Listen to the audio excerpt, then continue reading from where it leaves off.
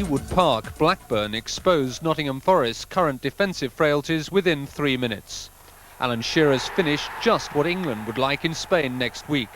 But joy for Blackburn and their supporters was short-lived. Mark Crossley's best moment of the afternoon led directly to the Forest equaliser. Kevin Moran's header going the wrong way and Gary Bannister's goal going under Bobby Mims. And Forest football at least deserving to be level at half-time. But Mark Atkins began and ended the Blackburn move that heralded a second-half nightmare for Forest. Under you-know-who, they've never previously lost 5 successive league games.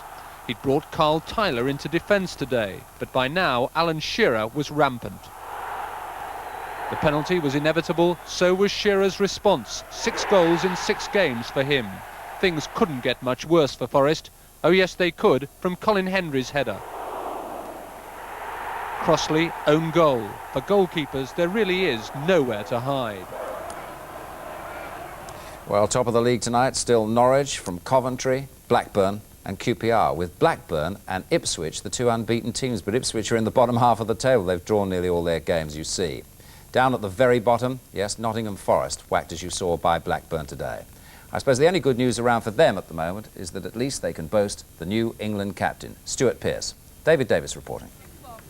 Today was never going to be easy for England's new captain. It's been a proud week for him, of course, but restoring Forest's fortunes remains the priority, and reports of recent strains in his relationship with his club manager haven't helped. His international manager must have boosted morale. His inspiration in many respects comes from how he plays the game. He lifts the crowd. He has a relationship really with the supporters, I would have thought, because they see in him a man who is determined to do his very best for the team and for himself. I had the chance of captaining my country on 3 occasions in Gary Lineker's absence, you know, and that's pleased me very much, you know. Obviously it's a great honour now, but it's not something I really thought about. The contrast with Gary Lineker could hardly be greater, though, not least in temperament and his image with the public. But like his predecessor as England captain, he's hugely respected by his fellow professionals. And some believe he now does less to live up to his psycho nickname than in days gone by. Has he mellowed? I think slightly. I think we all probably do a little bit. You know, I think he's mellowed a little bit. I wouldn't think there's too many outside rights think that. I don't really know about mellowed. Maybe I think over the years I've got a little bit more experience, you know what I mean? I'd like to think I don't dive in as much as I used to. Of course, Stuart Pearce's week didn't end as he would have wanted. Forest were well beaten and he got himself booked. But he knows his life will be different from now on. Speaking to the public will be his responsibility as well as playing football. Hopefully with England there won't be any 4-1 defeats to talk about. How would you sum up today? Well, another resounding defeat really for us, you know what I mean?